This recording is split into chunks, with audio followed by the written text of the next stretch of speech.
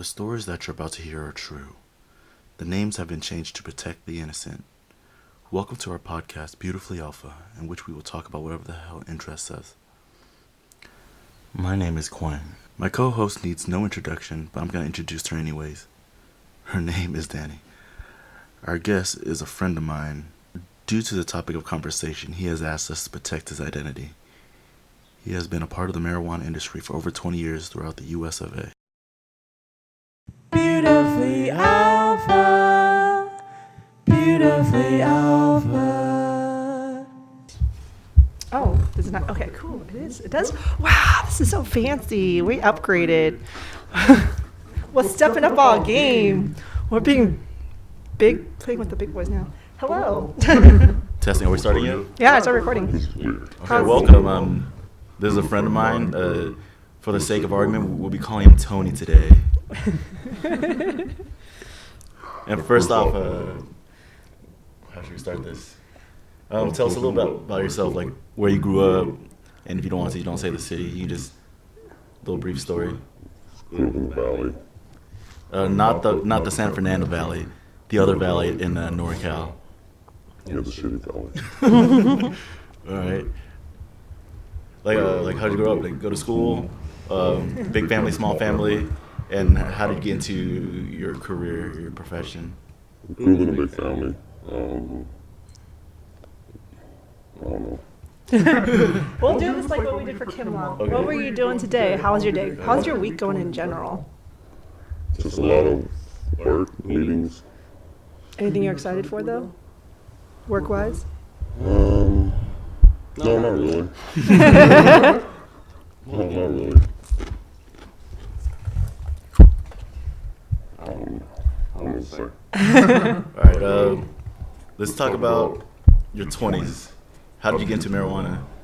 Because that's going to be the main topic of conversation today. And I think it's a topic that I would say the average Joe does not know a lot about. I got to marijuana when I was 16. Smoking, buying, selling? Smoking and selling. Selling? And Okay. buying. So, Where'd you get your stuff from? Did you just like little grams here and there? started with like a couple ounces. Oh, okay. Selling at parks next to high school. Oh, nice. Was it mostly like other students, friends, athletes? No, just mostly students. I purchase it from one place, but we'll travel at least 40 miles away to a different town, where it's further from where you actually live, and make the sale. Well, back in the day, like I would imagine, I don't want to like date you or anything, but it was there wasn't cell phones. Everything was like via email. Or how did you would connect with each other, like the buyer and the seller would connect back in the day? Would it be through phones, burner phones, Beepers. internet? This is like really fascinating to me because like I don't know, just start off just a couple ounces getting funded, meaning I don't have to pay it out. So a friend of mine that got it for wholesale. And then just do your research.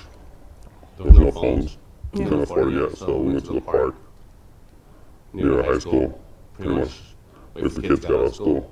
Then once they know we're there, every week's the same. yeah. Yeah. As long as you read the schedule, they know you're there waiting and they'll come and make the purchase. And then as you grow, then you have more capital, more money, then you could expand. Yeah. Getting cell phones, pagers, stuff like that. How does a pager work? I always heard about it, like pagers and beepers are the same thing. But like payphones don't even exist anymore, right? Like payphone is just like nobody uses a payphone. So basically, when we got our clientele, things got busier. When we start purchasing pager for me and my partners and stuff like that, they'll text us from their landline, the home phone. Oh, you can text? Yeah, it's like you use numbers. Yes. Like for example, back in the days, it's like 420 means they want the weed. Oh, Yeah. If they want an emergency, they'll put 420 911. Is it like a like T9 texting? You call a number and then More ancient than that. Yeah, because like certain like 3-digit numbers mean a certain thing. Yeah. It can mean like love, or it can mean like what's your age and date, or everything like that. You can get more information from just a couple digits. okay. It's just an alert to call back a number, but you utilize the numbers like a 7-digit, and you just code it. Okay, was it pricey back then? It was like $5 a month, $10 a month. It was cheap. Oh, okay. Yeah, it was like $9.99 a month. Oh, that's not bad. That wasn't bad at all. You get to upgrade into transparent casing with lights. Be in the club, be like, oh, I'm popular. I'm getting a page. I'm getting Yeah. LEDs before it was LEDs. Yeah. And then it upgraded to more like a flat 3-button types where you can actually text. Yeah. So, yeah, Freaking beepers, man. it worked. I'm still in awe about the technology. I'm more in awe about the older cell phones and how chunky they used to be. I think that's a little The bit more. bricks, Yeah, that was a little bit The more. Zach Morris phones from Saved by the Bell. And so when we got to wholesaling, we got the bigger cell phones with all like burner phones. So you pay like $500, but it's unlimited call. I would even give to my mom, call Vietnam. You know, shit like that. Yeah. Yeah, it's untraceable. And I think they do it by, It's not like SIM cards like now. no, it's not a SIM card. They somehow stole it by signals. You know, and so like basically the person who's actually paying the bill don't realize it's being hacked using their line. You know, until So two phones can use the same phone line, same number. It's like spoofing, right? yeah, pretty much. They do that. That happens so much more now. That's happened to my phone. So where, what's like, spoofing? Spoofing is where you mask your phone number with somebody else's phone number. Oh. And so right now there's an issue where like what was the word? Telemarketers are spoofing real people's phone numbers in the area. So it looks like, it's Danny calling you, but really it's some sort of like Prank call. prank call, some or like scam. more often than not it's like a telemarketer. Scam. Okay. Yeah, but it's a burner, so you get a new one every month, and the contract is $500 for every 6 months. So they'll give you a new phone every. Oh, it's like a biannually. It's not like a monthly bill. Yeah, it's the underground stuff like that. Market. They have their own business policy. You could call that, Yeah. Yeah. Oh, not bad. Yeah. But what kept you going into it? Sticking around? Well, that was just temporary, just to make money. Yeah. I got kicked out of high school when I was a sophomore. Didn't want to go to school, didn't believe in the school system. Just a way to survive. I have, a lot of siblings and stuff. Yeah. So after that, I went to the Bay Area for like a few years doing other businesses, like black market business. Yeah. And then when certain things started dying out, like for example, I went to the Bay Area, we did like computer chips. That's like in the late 90s. Yeah, mid to late 90s, we did computer chips. Check frauds, credit card frauds, bunch of other stuff. And then when that died out, and then that's when, you call them uncles, pretty much like your boss, I guess. Oh, yeah. The, underground boss. Like Yeah. how people call each other big bros and little bros Yeah. in the street nowadays, but uncles. Yeah, because they're a lot older. Because the older guys back in the days were like the first wave of the immigrants that came over from Vietnam and stuff, Yeah. So they needed ways to survive, so they start doing like black market stuff and underground stuff. So you have to call them uncles, just like a, Sign of respect. thing. it was still like a Vietnamese, Asian respect thing. Nowadays you don't get that much, it's different now, Yeah. Because it's still the first wave of immigration that came through in the 80s. So you call them uncles, but so the other uncle that I know is in Seattle, he grow weed. Or he grows weed in Vancouver, which is really across from Bellingham, like really close. So when we were looking for different underground business to venture out, that's how I started, doing bigger things and growing and stuff. Like I would hike.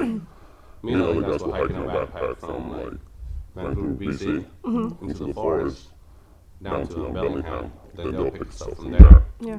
But then there would be another car that grabbed the product and we jump in another car for because our job stuff. Yeah. And you just move up from there, That seems like a crazy adventure just to It was fun. like get my. Is it to pick up or to sell? Both. Because, back then it wasn't legal to stay out in Seattle or Washington yet. But it was legal to grow in Vancouver, BC. So they utilized that loophole and they, Just grow. go back and forth. Yeah, because back then we get caught with marijuana in Vancouver, BC, it's like nothing.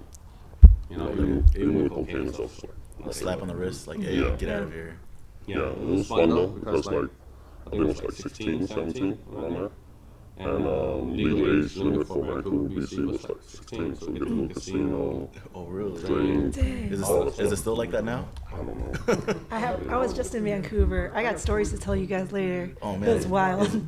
If it's a worth it story, just say it now. if those bachelorette girls to shame, it was a good story. So something that I learned is that 35-year-old moms know how to get down and they take no shit. By the way, they twerk amazingly. Secondly, you don't want to mess with a group of Asian girls after karaoke because you will get destroyed. Oh, you guys gonna fight? Yes. Okay.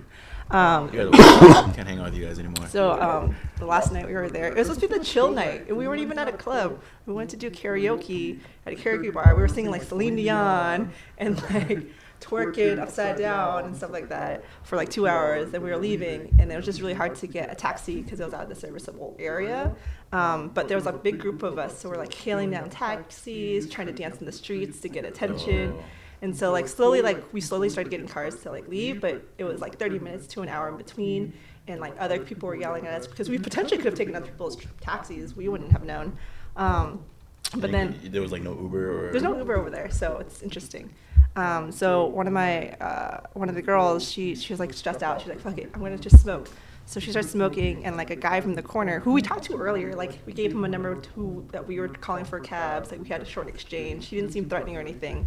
But she starts smoking weed, and he's like, hey, are you smoking the weed? Are you smoking weed? What the And she's heck? like, yeah, you want some? And then he like disappears with this lady friend, and we didn't think anything of it. And then like, it looked really cool because it was pouring rain, and like the smoke looked really nice. And she's like, hey girls, take an Instagram photo of me. I'm like, okay. So one of the other girlfriends was like taking an Instagram photo. In the rain. And then like my cousin, she's like in the street trying to like hail a taxi. And then I'm on my phone on an app trying to like find taxis in the area and stuff.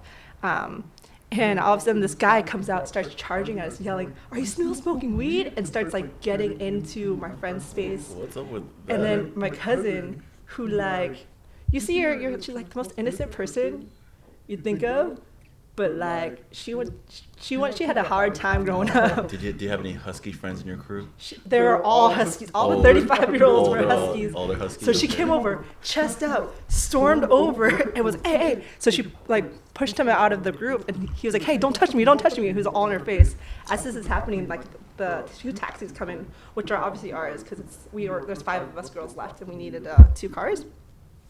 And then it was one of those moments where like, Quig and I talked about this recently, like, do you freeze, do you fight, or do you flight? And in that moment, I'm like, what is my decision right now? Because I was like, I walked closer to like get in on the fight, but I also was worried that the taxi would leave, and if that taxi left, that like somebody's gonna end up stranded, and that was dangerous.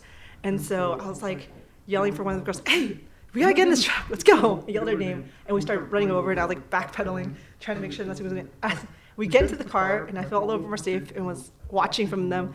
I look up. You're still going at it? I looked up. So she had him in like a deadlock. Her beanie fell out. She shoved him. And then they got in the taxi, and they were fine.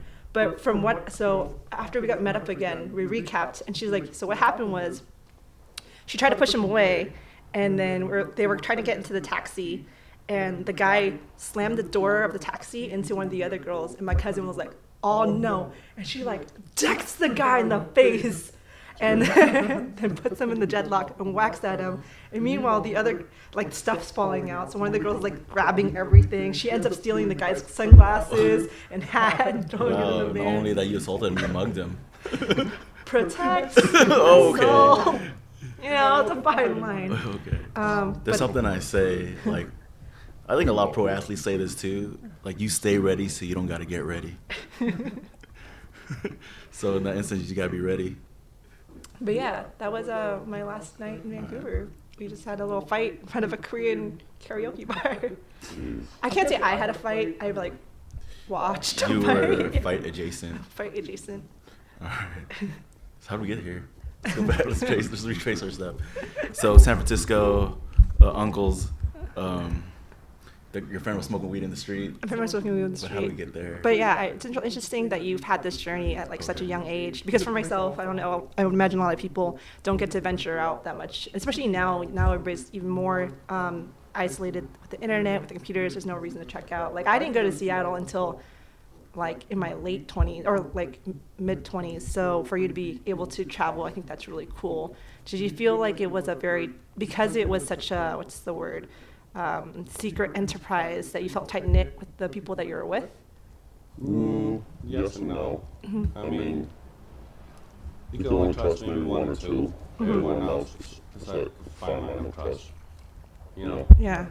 And it's a little complicated because sometimes the other side you're doing business with don't want to meet more than just a certain amount of people. Yeah. You know, so it gets kind of dramatic too. Because like some others that want to get involved that didn't get involved or can't. Yeah. It's a lot of like drama, jealousy, stuff like that. So you gotta keep things at bay by just taking care of them too. Yeah. Kind of like bribery. How was racial tension back then? Because I'm sure like now everyone's like more integrated. Everyone's more like, if you like the same things, I hang out with you. But I'm sure back then it was like, you this, you hang out with this, you that, you hang out with that. Did that affect business or in that world? Not so much in NorCal. You know, I don't know how it is in SoCal. But, What was ethnicity back then like up there? it was a good mix. The only thing is, you just don't, I hate to say this, you just don't do business with black. Because 95% of the time you get robbed no matter what. Oh, And you'd rather not just take that risk. so that stereotype came from like, Yeah, well, you don't have a choice. If the uncle say something, then you don't want, you don't have to go with uncle said. You know, you come to him and say like, hey, I got an African American client that wants, $500,000 order. He's gonna say no, no matter what, Yeah. because it's too high of a risk. Yeah. You know, especially for new business. So. what about legalization today? Hold Like, that thought. oh, I'm hold gonna- on, my bad. Check the camera, the battery, and the memory. But it's also great because in that way you can pause. And then Quang loves to make fun of me because this headphones really fun. And The way she puts her headphones on, I'm like, who put headphones on like that? it's just this. You just go like this. Same thing. No, it's just like the method of doing it. Like me, I'm like, all right, cool, let's go. Hers like, I don't know how to do it. It's like, I jostle in. Well, some people try to be cool and they're going downward. Oh, you mean like? like this? Yeah. Yeah. You know. Not how that was designed. But yeah, you can ask the question. Any timeline stuff should we get between then and now? Well, there's a lot. So I'm just not quite prepared today. No, none of us are prepared. None of us.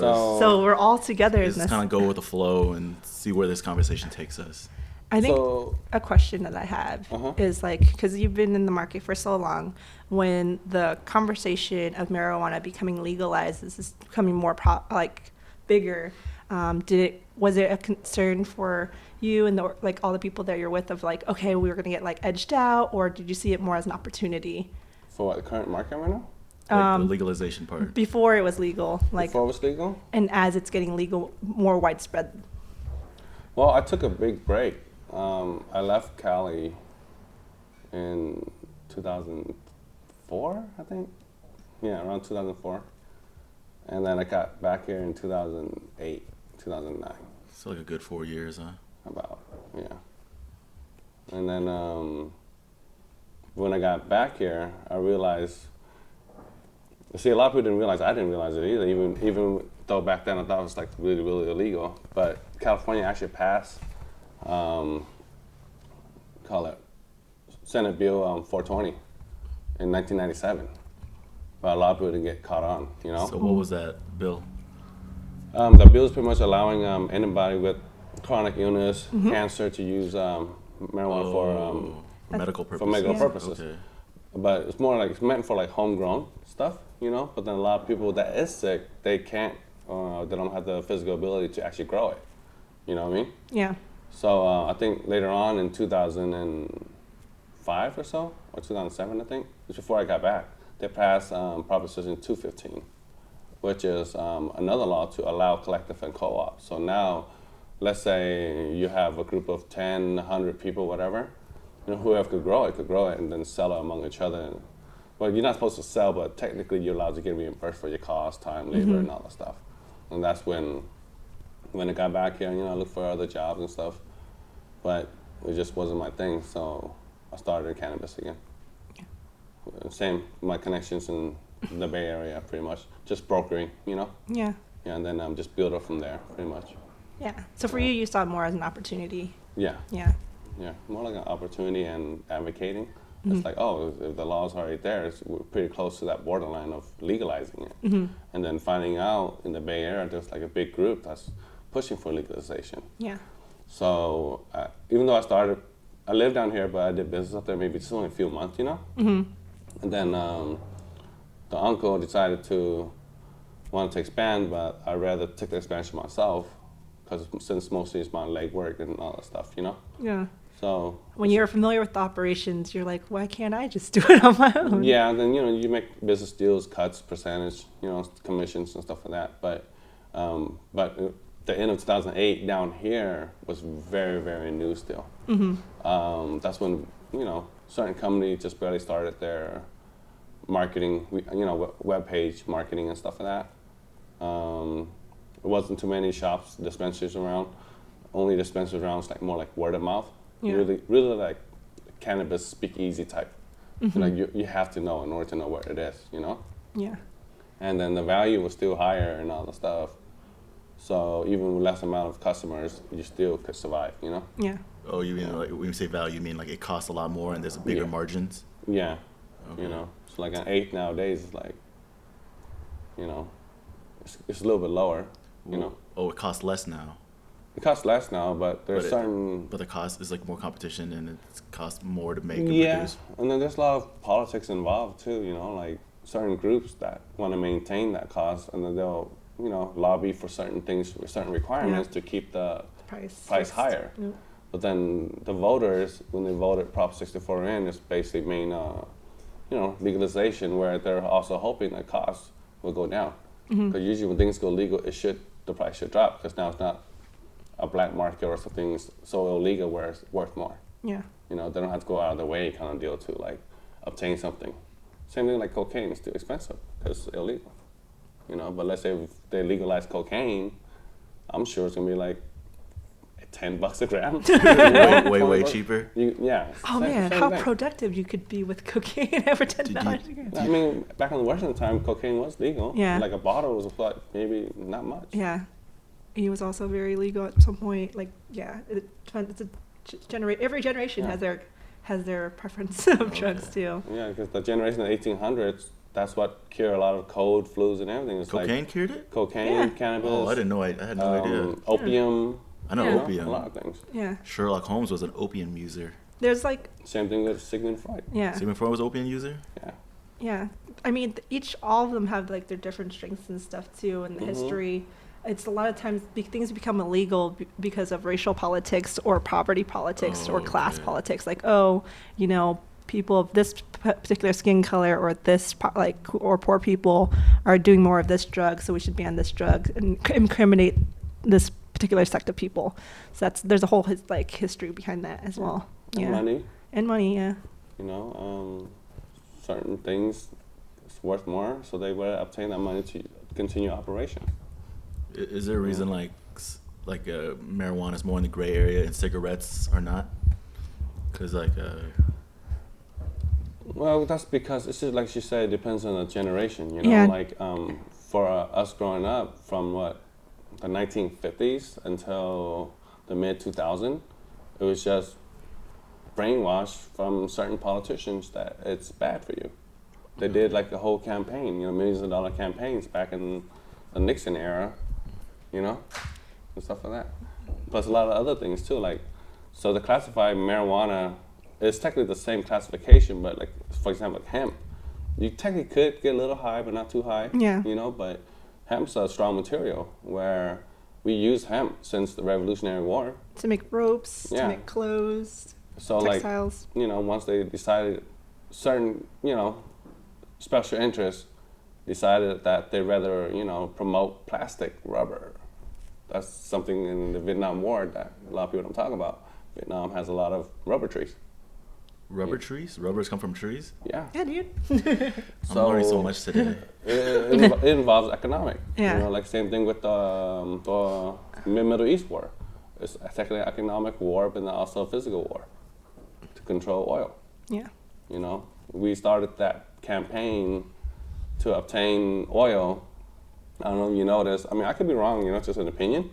But like, ever since we had the oil spill in the 80s in Alaska and stuff, we killed so many of our own land and all that stuff. Yeah. That's when I noticed they start venturing out to the Middle East Saudi war.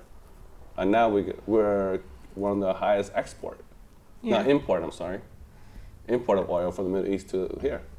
And right now, as of a couple of weeks ago, they're trying to limit it. Luckily, it's only like 2 to 20%, or maybe it's 2.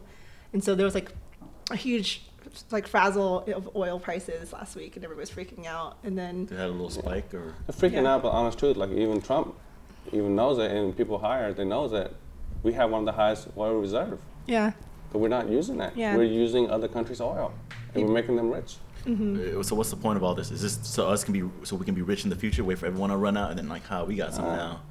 It's hard to say. I mean, it's all about money and economic and control and power, but at the same time, it's also preserving this country. If you think about it, it's kind of selfish, but it's kind of like, what do you do? Is it because those other countries, they don't give a fuck? They're like, Yeah, just- because let's say the Middle East, mostly desert. I'm not trying to talk down the country, but like, it's mostly desert, and you're getting a good amount of oil. Where over here you have so many trees and animals and population and whatnot. yeah, So it's a pretty tough decision. You think about it. yeah. Because to build more like refineries or build more of those, you're definitely going to get a lot of pushback. Yeah. And then also there's damage to the environment, also damage to people. That's why the oil drilling contracts kind of slow down, but then at the same time, that's when fracking became, lucrative, and then they realized fracking is fucking up the environment here too. Yeah. So does Afghan Kush have anything to do with Afghanistan? And does it have anything to do with any of this? I think Afghan is more based on opium. If you notice, the opiate situation started probably like a decade ago, and it's the country with the highest production of opium. And that's been pharmaceutical companies tapping more into opium to produce pain meds, a bunch of other kind of pharmaceutical medicine. So. Do you see any similarities between the opioid stuff now and the crack in the 90s? Similarities, differences? I don't know. Well, I think crack and stuff in the 90s, it's just a cheaper form. They're just finding a better way to, better margins and stuff. So the crack is really just cut up cocaine, and adding a bunch of other chemicals to it. That's how crack really is. Okay. So like same thing with like kind of like marijuana. It's like no one was supporting it at all. Like we were fighting against local cities, municipality to legalize it and whatnot, and try to use state law against them. Yeah. Lobbying and all the stuff. But then when certain special interest group and politicians realized how much money this involved, Yeah. that's when things got legalized. Because technically it was already legal since '97 and in 2000 something, forgot. Now it's more like available for the masses. And Yeah. Yeah. But then it's available for the mass, but only if it benefits certain special interests. Of course. Yeah. Because you notice California tax on that is very high. You're looking at a 20, 30-some%. And then at the same time, they're making deals with local municipality, allowing them to tax it themselves. So that 30%, and on top of that, they get taxed more? From the local municipality. locals. So you're looking at almost like a 45% tax. And then they'll try to blame like certain other groups, like they'll try to blame like black markets. And then honestly, black markets just people. They mean there's bad apples, but there's a majority too that's just black markets, nothing more but just waiting for their opportunity to get licensed. Yeah. But then They're just getting practiced. yeah, but then that's also very controlled. Yeah. Do people go from not doing anything, like just one career, like let's say they're a banker, and all of a sudden one day they just get a license? Oh yeah, that's what's going on right now. For example, Oh, okay. Yeah. I can guarantee you 99% of the people that's licensed right now is from real estate industry, brokers and stuff like that, bank. Is there a reason those guys? Is it because they have money? The capital. Well, a lot of them were doing the whole loan scheme, you know, where things weren't working out. And then 2008 recession with the real estate market. Oh yeah. Same thing with used car dealership. Used car dealership. Yeah, like I met a lot of used car dealership owners in 2008 to 2010 that jumped into the cannabis business. Yeah, especially with the internet now, there's so many ways for people to get like cars. I have a couple friends that work at Fair. There's Carvana. There's a lot of like used car internet sites now too. And it's really interesting because at the same time, a lot of people who are in those companies, they tell me like, you know, automated cars, self-driving cars is the thing of the future. So people aren't going to buy their cars in like the next decade. Yeah. So it's a dying business is what they say. Yeah, and then we live in an age right now where there's a lot of corruptions and a lot of shadiness and stuff like that. So think about it. If you have a lot those multi-million-dollar corporations and whatnot, it's the best way to launder your money. It's all cash business. And it's licensed now. So it's not illegal for them. Okay. So we're the guinea pig. Oh, the You know. people. The people are the guinea pig. It's like living through the wild, wild west of it all. Yeah. Because now it seems like I've even seen like more companies, they're living that or having that tech experience where it's very colorful. They have like parties and really cool benefits and stuff. And it's completely contrasting what I imagine it would be like Yeah. when you were growing up. Do you think that, I don't want to say resent, but like, do you have any feelings towards that transition at all? Well, the tech got involved with the cannabis too. So it's kind of like everyone's just trying to get the piece of pie. Yeah. You know, greed. You know, same thing with. So, like I'll give you an example. Like, one of the board of directors that helps making regulations at the state level is also board of director of like packaging companies, you know, and tech companies. So I could guarantee you right now, there's a lot of cannabis products out there right now, and that happened since 2018. The packaging alone and the printing and everything alone costs way more than the product itself. It's true. I worked in manufacturing. Yeah, and then like everyone's just trying to get their piece of pie. That's what it is. But the reality of it, the only reason why black market is more because the people itself, like I said, they voted it in for legalizing and where they could afford it. The people is, you know, nowadays not much middle class, but the people is mostly the lower class. They want to make sure they could afford it. They can't afford licensed product that the package costs more than the product itself. You know. So how much would something cost at a licensed shop versus black market shop? Like say a comparable item or a comparable amount. Well, you can't. A comparable amount. Let's say like what does the average person buy? Like a couple grams. Okay, let's say like an eighth, right? Okay, an eighth. Let's say a good quality eighth. You just call it ultra reserve quality. And an eighth is like an eighth of an ounce. 3.5 grams. 3.5. An eighth at 3.5 grams. Yeah. So let's say that in the black market, it depends on demographic where you're at to. Let's say an average is about $30, $35. For a licensed shop, after everything, it's probably like $65, $55, almost double. But then it's all because of the packaging and everything too. And I feel it's so wrong with how they're being so hypocrite about. So you got to remember, this comes down from the state of California regulation, you know, talking about going green and all the stuff, but the package itself is causing a lot of issues. Though. Yep. They're not requiring people to use only glass jars. No, they're using like plastics and then a bunch of other bullshit, you know? Yeah. So. Because it's also because it's a very competitive market. I imagine the way an item is packaged is very important to a brand. And so, for example, I went to a party and like everybody got one of the aunties got blunts for the birthday boy, and it was like in these nice glass jars with this like super fancy match and everything. And I was like, wow, that packaging is definitely way more expensive than what's inside the product. Yeah, it's true. Like me and my partner over there, like we. The packaging stuff, it does cost more, right? Yeah. But the truth of the matter is, we're currently unlicensed. We've been waiting for our license opportunity for like over almost 2 years now. You know, we have no choice but to operate because things were getting too expensive. We can't sit around, wait for our license. We can't afford it. Yeah. You know, you sign contracts with landlords and stuff that you have to maintain and pay for. Yeah. But pretty much with packaging and stuff, what 85% of the customer, they don't like pre-packaging. They don't care. So the best way for cannabis itself, and it's proven too, like from 2008, especially for SoCal, okay? From 2008 until 2017, people judge cannabis based on brand, based on quality of the actual product itself. When it gets to packaging, people really don't care. You gotta remember, okay, I'm a pothead. I'm not gonna talk down on potheads, but we're lazy. We don't give a shit about the package. We're just gonna toss it on the floor in a car. Oh, yeah. You know? I'm a And then- sucker for packaging. So you know where that's gonna go. It's just gonna litter everywhere. You know, that's the truth. Yeah. And some people don't really recycle that. They just see it and they just throw it away. So there's a lot of controversy, you know? But They don't want to make no biodegradable stuff. no, they Or- didn't make no rules about that. But then, you know, like certain states, like for example, Washington is a whole different ball game. Like their packaging law is different. Like it has to be biodegradable. Oh. Same thing with nutrients that they use, certain medium that they use to grow the cannabis. It has to be biodegradable. You know, so this is what happens when there's no federal regulation.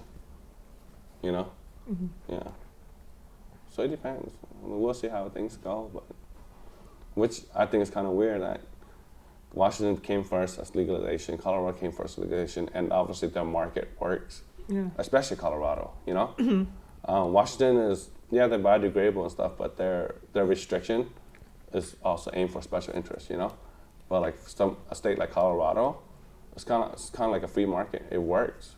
I don't see why any other state wouldn't follow it. Yeah. But because of politics involved, you know, people want to create their own laws and regulation. So. Kind of want to go back to the last question about, like, you know, for potheads, they don't really care about the packaging and what have you. But from your perspective, do you think like the bulk of the market and sales will be from potheads, or do you think it's going to be people who use it recreationally? I'm not trying to be rude, but like potheads also includes like people that do need it for medical condition, you know? Totally, yeah. So majority is gonna be potheads. Like everyone else gonna try, you know, for recreational usage, but it's only X amount. Yeah. For potheads, we actually use it for, you know, PTSD, anxiety, anti-inflammatory, you know? It's our natural way of healing versus pharmaceutical. And I can say I'm a big example of that. I got addicted to prednisone, pain meds, all that stuff, you know? And cannabis helped me get off of it, natural substance, you know? Yeah. So, just depends. As somebody who has experienced that and has used it for medical purposes as well, do a lot of users like find one thing, love it, and just use that specific strain and that specific weed, or is there still a lot of experimentation for a pothead, I guess? There's a lot of debate about that because I mean, especially nowadays, you know, a lot of genetically engineered or people are crossbreeding things and stuff. My personal opinion, in my experience, I honestly feel sativa is going to feel like sativa. Indica is going to feel like indica.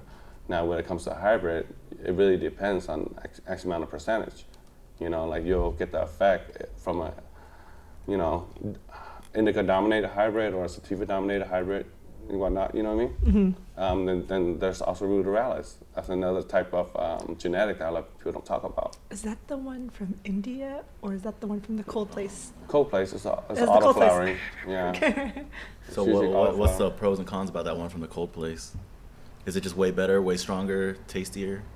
No, you just don't. It's not much research into it still, to be honest with you, because those are just considered autoflower, meaning you can't manipulate it. Oh, You- okay. As long as you feed it, you know, it'll grow and it'll flower no matter what. Does it self-pollinate, or does it require another pollinator? So majority of it's all feminized already, which is genetically engineered, because usually the cannabis background, they're technically hermaphrodite plants, Yeah, okay. you know, so they could you know, They can do themselves. They can do themselves, They can do yeah. themselves. But people, you know, they're able to, you know, design it where they could split it up from male and female, Okay. stuff like that, so that way they could crossbreed and whatnot. But I think the crossbreeding and strain-wise, it's more for yield, I feel. So like, for example, if you do more sativa-dominant hybrid with crossing with indica, you can get a heavy yield and production from it, you know? I would imagine it's also for resilience because, like, Yeah, that too. because like for example, corn, if you grow all the same thing, it's more susceptible to disease and getting wiped out and stuff. So I think like one of the reasons why cannabis can be really resilient is because it's been like mixed so many times. But then at the same time, like majority of the market and the majority of the consumers that purchase cannabis flower, they purchase mostly indoor product. Indoor growing is already manipulated environment, you know? That's true. So. Do you have any pure, Wait, one sec. You can say your question. I was gonna say, is there any more pure, like, purebreds? We're halfway. So Purebreds? I mean, like, there's no way everything's like mixed with something else, right? So is there purebreds? All right, when it turns on.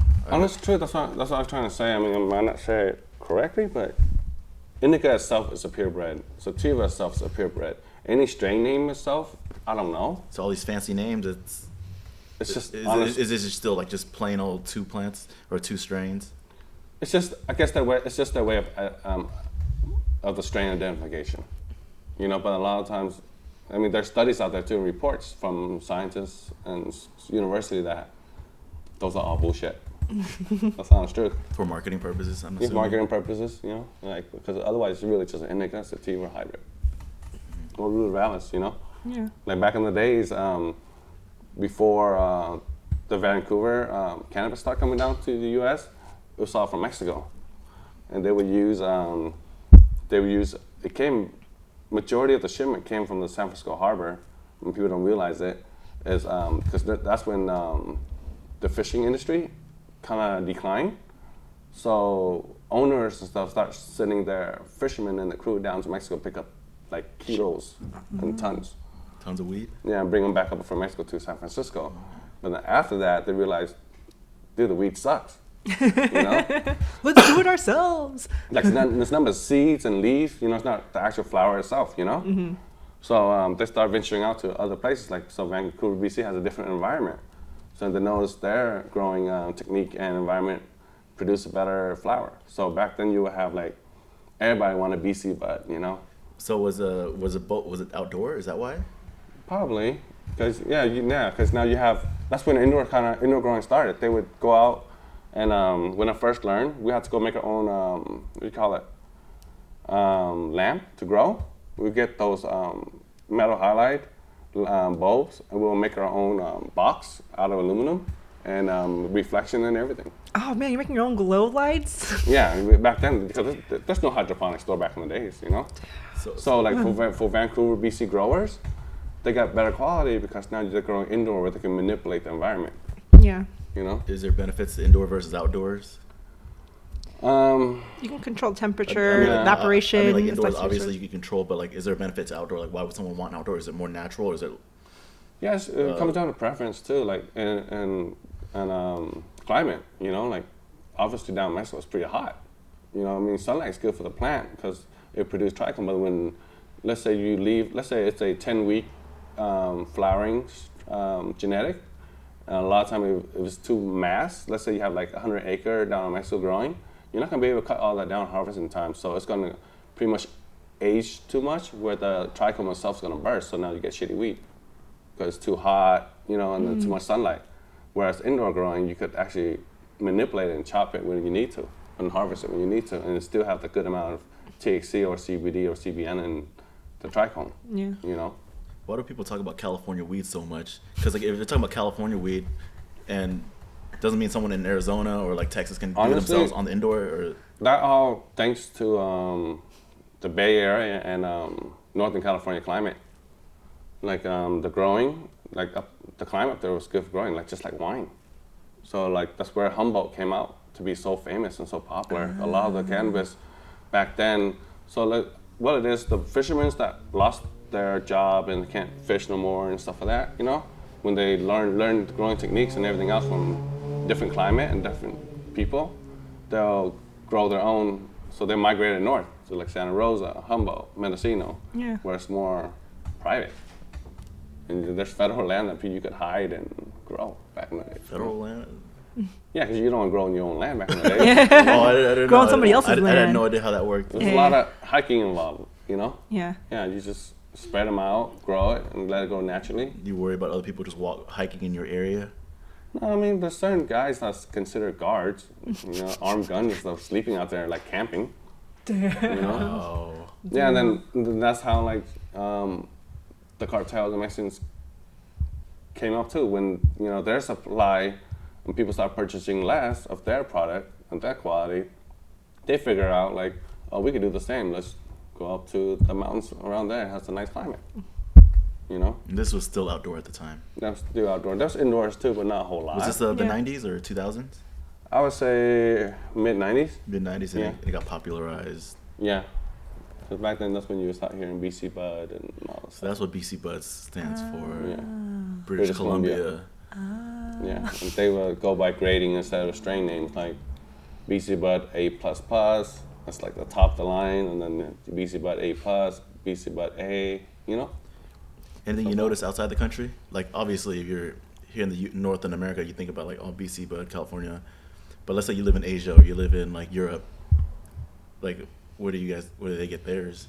Oh, if you know. I don't know if you know. Well, supposedly they grow their own weed over there, but they would, because the smell of weed is too much to be shipped, you know? So a lot of times, other countries, that's where hashes a lot of time come from. They rather turn into hash form. It's easier for shipment. What's a hash? It's pretty much a concentrated form of the trichome. What does it look like? Like, is it like a juice? A wax, A powder? oil, shreddedness, It's powdery. powdery. Okay. Oh, Yeah, okay. but then depends on quality. Sometimes it can be pretty clear, silverish, or it could be really dark brown to light brown, you know? Depends on the strain and stuff like that. Any negative health effects? Because people can't be against it unless there's negative health effects, right? Honestly, so far, no. There's a condition out there that's supposed to, if you smoke weed, you die, but that's actually not the cannabis itself, it's the condition, you know? The condition. What do you mean condition? Like a health condition, like an underlying health condition. Oh, So it's like, you have weak lungs and all of a sudden you inhale smoke. yeah, Is that what it is? Yeah. yeah, or like giving yourself poison, you know, and stuff like that. But well, anything you smoke, of course, you know, there's a chance of lung cancer. But Yeah. More people die Yeah. from drinking than they do or alcohol poisoning Yeah. than anything else. there's still probably less than 5 people that probably die from cannabis. But then those 5 are reported as that condition they're discussing. I don't know the names. It's like a scientific name. Yeah. Yes, I think it's HIC or something like that. I just don't know how to say it. This is so new to me. This is a fresh topic. I love it. So I actually was working in Cambodia, and so in Cambodia it's legal to orally consume cannabis. So like you can go to a pizza place and ask for like a happy pizza, and they'll sprinkle some on top. So yeah, 2 out of the 4 times I've ever had weed was there. 2 out of and 4. Yeah, and it was not good. None of it was with me. Well, none of it was with you. They did it in dry form, right? Dry They form. Sprinkle it? Kind of like a parsley, and they sprinkle it. And Yeah, then, you don't get the same effect. Yeah. The taste is different. Is it much weaker? Yeah, it's or- much weaker. So Yeah. you gotta consume a lot more. Okay. I mean, here's another story time. Well, let's hear it. We got a pizza literally before our flight, and so my friend was like, "This is the plan. We're gonna get a happy pizza. We're gonna get to the airport. We're gonna eat it before we go into the airport, and then by the time we're done with security, like we'll just cruise on the plane." And I was like, "Okay, I don't know. I trust you." So then our friend dropped us off, and we were eating in the car. And then we go inside the airport, only to find that our flight was delayed. Oh. And so we waited on the airport for like 2 hours. And then I went to go through security, and just everything felt like too much. I was like, why are there so many cameras? Oh, man, Why you is get everybody super yelling at me? paranoid. I was so paranoid. Anxiety. It was so bad. I already had bad enough anxiety. And I was like freaking out. And then we went through security, and my friend just was like chill. I was like feeling so good. And I was like, how are you? Now I'm freaking out. She's like, just let it go. She also has a very much higher Tolerance than I you do. And then we get on the plane, and we're not sitting next to each other, unfortunately. Our seats are across the aisle. So it's my seat, the aisle, and then her seat. And then I was sitting down, and I was like gripping the handrails, and I turned to her. I'm like, hey, this is like the most intense plane ride of my life. And she looks around. We haven't even moved yet. Haven't taken off. Or? My eyes were just like, oh no. But the way I described it was, I love how you said like you don't get the same effect because I was very susceptible to it. You know, in movies when they go into hyper mode or like Star Trek or something. so like everything turned like streaks, and I was like gripping, and I'm like, oh my god, I'm gonna die. I'm gonna die, and then. We need to smoke with you. No, Everyone get different no. effect. And then so I put a blanket over myself, thinking like, if it's dark, maybe I'll fall asleep. And then I took the blanket off, and I turned over, and then my friend is gone. So for some reason in my mind, I was like, oh no, she's gone. They took her. But I was like, who is they? I was like, wait, we're not staying together, so they don't know that I know that they took her. And I was like, maybe I'll just sit. And I was thinking in my head like the strategies of like who's suspicious on this plane or who knows what. Wow. And then during this time, she comes back and sits. She was in the bathroom. She sits back down, and then I was like, Tori, I thought they took you. And I was like, I just went to go pee, girl. But It sounds like a sativa. yeah, and so there was one part where everybody else is asleep on this plane ride, and have you guys seen that video of Dave After Dentist? No, what is that? I'll play a video clip here. Stay in your seat.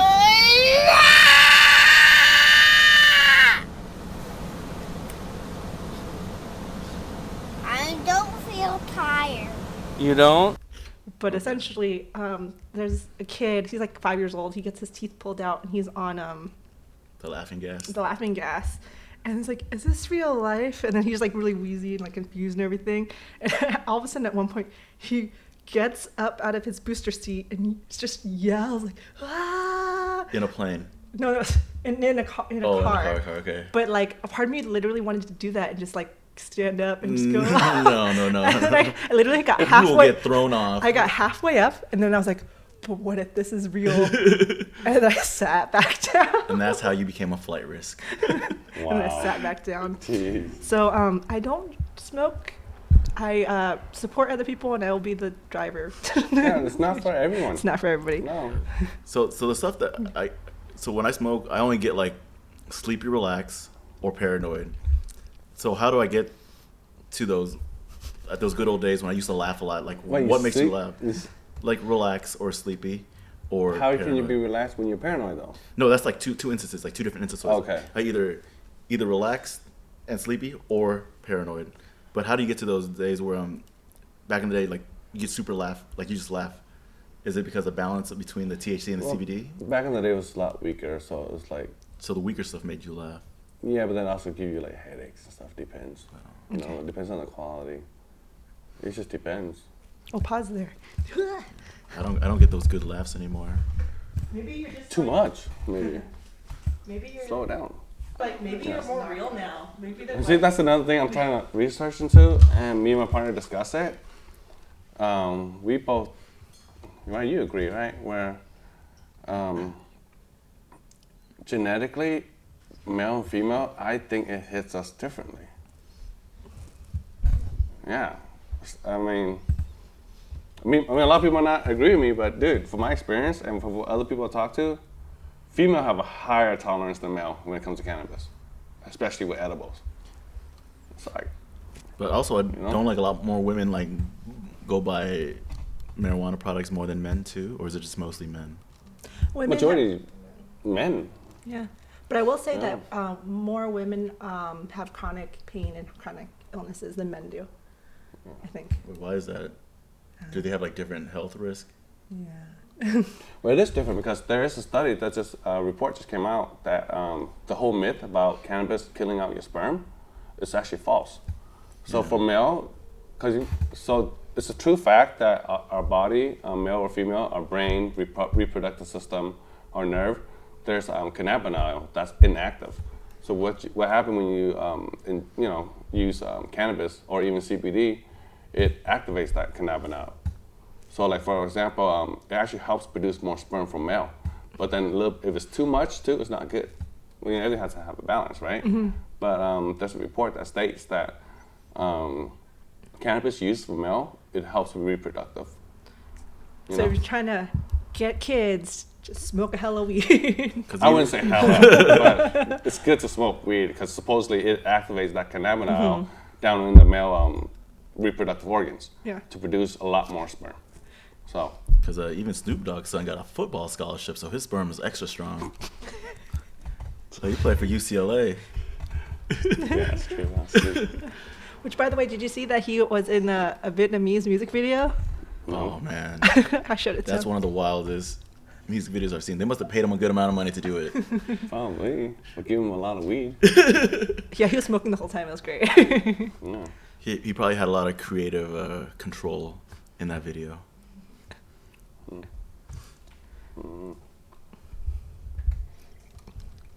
But yeah, what's Well- next for you?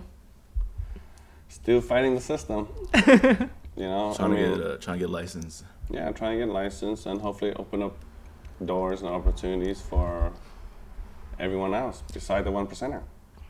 You know? What's the license process? Is there tests? Is there documentation? Or is it like cost? So they'll set regulation and whatnot, right? But then again, let's say this. So for California itself, there's a state level of regulation and application process. But then in order to even get licensed from the state, you got to get approved from your local government. You know, but the state of California decided to give the power to the local government to decide yes or no. Yeah. So that they create restrictions and all that stuff, you know. I'm gonna say it's corrupted. All you need is money, to be honest with you. Get a good amount of money and hire a lobbyist that is connected. You'll get your license. So what's the minimum amount of money? Like a couple $1,000,000 bucks? Or how much do you gotta spend to like, all right, this is a for sure amount to get licensed? Supposedly the fee itself for corruption is up to $500,000, and they're not counting your operation costs, build-up costs, and everything else. But technically, for example, without all that BS, the state could still regulate it and keep an eye on it to make sure things are right, you know, and collect the tax. If it's more of a free or fair market, where it technically only costs maximum of $150,000 to open a dispensary, you know. But you can even get away with $50,000, more like a small mom and pop type shop, you know. But they don't want that because right now what they're doing is they're creating value. So when you restrict licensing, when you restrict any type of licensing, it creates a value because now it's more rare. Yep.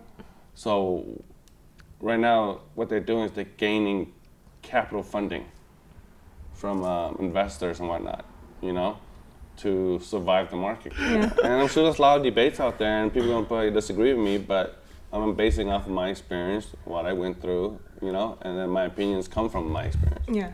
you know. So I'm not saying I'm right, it's just what I went through, you know.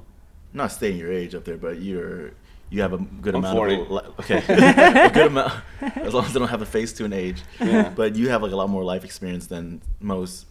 So I'm sure like a lot of like 18 to 21-year-olds like, hey, it's legal now. Let's go start a store. Let's go start one. Yeah, so that's the sad thing. Like, a lot of them do get excited about it. They want to jump in. But guess what? When they jump in, they realize all like, what the fuck?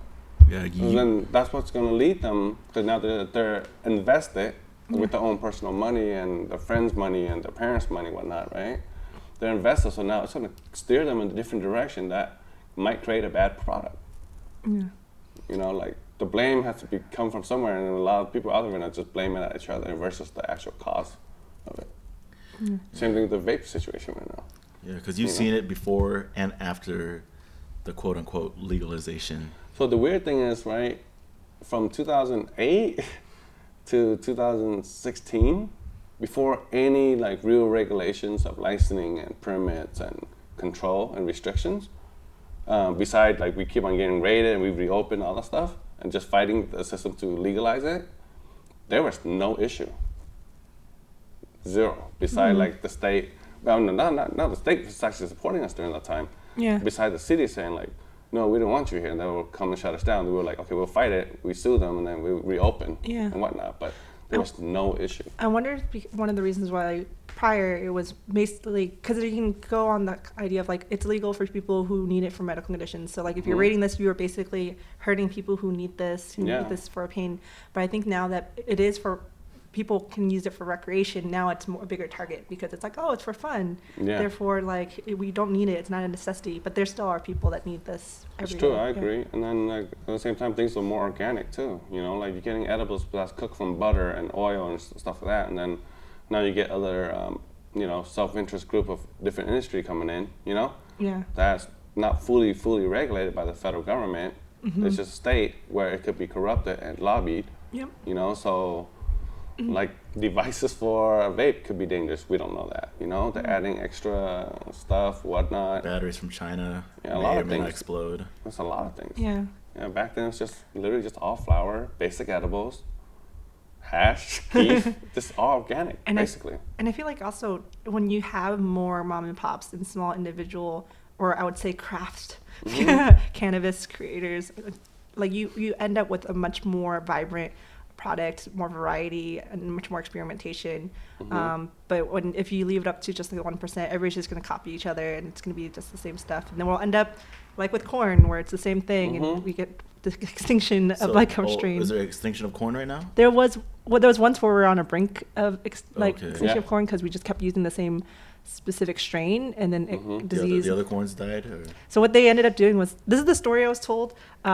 Scientists went around the world with a picture of a corn, asking like If anyone knew people, what it was. like, have you seen this plant? Oh, God. And then they found one. I guess it was like these school kids were like, yeah, we saw it at this fence, and it's like this tiny like ancient version of a corn, and they took it back to them, and they like broke up its DNA and then put their DNA into like the American corn so that it's more resilient. So Same thing with bananas. Yeah. Bananas about to go extinct. Really? It's of South America, right? Yeah, but there's like someone controlling it with just one specific strain. yeah, oranges, even in Orange County, they had to take out all of our citrus trees. Like the city came in and pulled up all the citrus trees because there was like some sort of disease that was killing all the citrus plants. Yeah. I mean, I feel like with mom and pops, at least they're able to, create a product that's safe and is good for consumers, right? So now everybody else is based on just corporation and whatnot. They're using regulation more of a loophole or restriction, because now mom and pop can't afford those fees, And then the thing with corporation and stuff is like they're after the market share versus creating a good product. Yeah. Whoever has the highest amount of market share, or a good chunk of market share, you get a lot more money. Yeah. That's why it's going on in the cannabis industry right now. They're fighting for market share. So those companies like Budweiser's, Miller Lite, why aren't they selling stuff or growing their stuff or marketing? They actually might be. They might be. you without us get, actually Well, it knowing. you have to go depends, look like, into what they're working on. Before legalization, those kind of companies was actually against it because they're afraid people will stop drinking and they would go for cannabis instead. So those people, sometimes with pride, they might not move forward with it.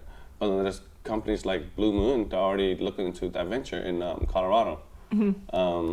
Philip Morris and them, they already bought up like hundreds of acres up in NorCal. It's just, the state of California is the biggest market, right? So they were waiting for this market to jump in. A lot of the other ones were just slowly, but like California, they rolled a regulation where corporations are not allowed to get into 2025, but there's loopholes where corporations can already get in right now. Yep. Regulations are nothing more, but it's not for us. That's the truth. I mean, the board of directors and whatnot, committees and stuff, why do we need that? Like the people who voted in the law to pass a law. Now it's the state's job to regulate it, Creating a regulation department, I get it, but for committees and another regulation department, now, wouldn't you think it's better to utilize that money for safe product and ensuring safety and stuff? Yeah. Or instead of a few $1 million towards this committee, that committee, and that committee. Yeah, we don't know where they're spending that money. Yeah. Regulation should be about protecting the people, not Yeah. protecting other people's interests. Yeah. The regulation itself is very challengeable. There's a debate out there, like for example, they shouldn't even be taxing cannabis because it's actually an agricultural product. Under the California Constitution, it's actually like number 2 or some shit. Agriculture cannot be taxed. But there's argument is that because it's illegal under federal law, yes, but then the actual product itself, the agriculture is grown in California. It's not something illegal under federal law where it's grown somewhere else where it's brought in. You know what I'm saying? So it's still considered agriculture of California. Interesting. It's just their way of taxing. There's a lot of politics involved, So, and it's a new industry, so people don't take advantage. Even people up, higher up, they take advantage of it. There's no way of tracing those cash flow. Yeah. You know, they claimed they were going to start a track and trace system, but they didn't even track it. They claim they don't have the money to monetize it. You know, because servers and this and that cost a lot of money. But even that doesn't even work. Like Colorado, Washington, their server for the track and trace system, you know, belly flop. It didn't even work. Is it that software you're talking about? Like the software that tracks like how much is sold, how much inventory you have? Yeah, it's true. You have to like report it, like taxes Yeah. type of thing. Yeah, from seed to sell. You know, it's more of a campaign marketing strategy, I feel. Yeah. You know? Oh yeah, definitely. Mm-hmm. Starbucks did that with their bean bean to cup. Yeah. Oh, this next election that's coming up, the end of Donald Trump's first term, do you think this will affect cannabis in any way this next term, or is it kind of like just continue to run its course regardless of Who gets elected president? I think it's hard to say. I mean, regardless if the president is against it or not against it, yeah, it helps. But like for example, even right now, there's a lot of people complaining about the whole vape situation right now, where yeah, it's not all cannabis. It's like half of it's also from e-cigarettes, like Juul and whatnot, you know. But they're saying because the FDA is not regulating cannabis, that's causing this issue because the state regulation doesn't mean it's safe. Even the FDA themselves say that, you know. Just because the state regulates doesn't mean it's safe, you know. So you never know. It could go to a lot of different direction because it might not even do anything with the election. You know, if the people get tired of it, they speak up, things could happen, you know. Like after this whole incident, why don't the FDA say, okay, look, we're gonna talk with the DEA because the DEA is actually loosening up. They're actually allowing more research now. Yeah. You know, so all they need to do is move that schedule, and the FDA is gonna be like, okay, we're gonna regulate it now because now the schedule's moved, so we're legally to regulate it, and that has nothing to do with election. You know, but of course the state and the local, they do not want, and special interest, they do not want federal regulation. They want federal banking regulation, you know, but I don't think they really want the actual business itself to be regulated under federal, because now they lose their freedom of control. Yeah. You know, federal regulation is a lot better than state and local. I guarantee you that. You know, it's more fair, I feel. Any message you want to tell the people? Like any like general advice or any plugs, anything you want to advertise, market? Stop letting the old people run the country. The kids are our future. We're the survivor, you know. Their time's up. Register to vote. I've been seeing that everywhere lately, so you guys register to vote and vote. I think we'll do a sign off. Yeah. This is sign off.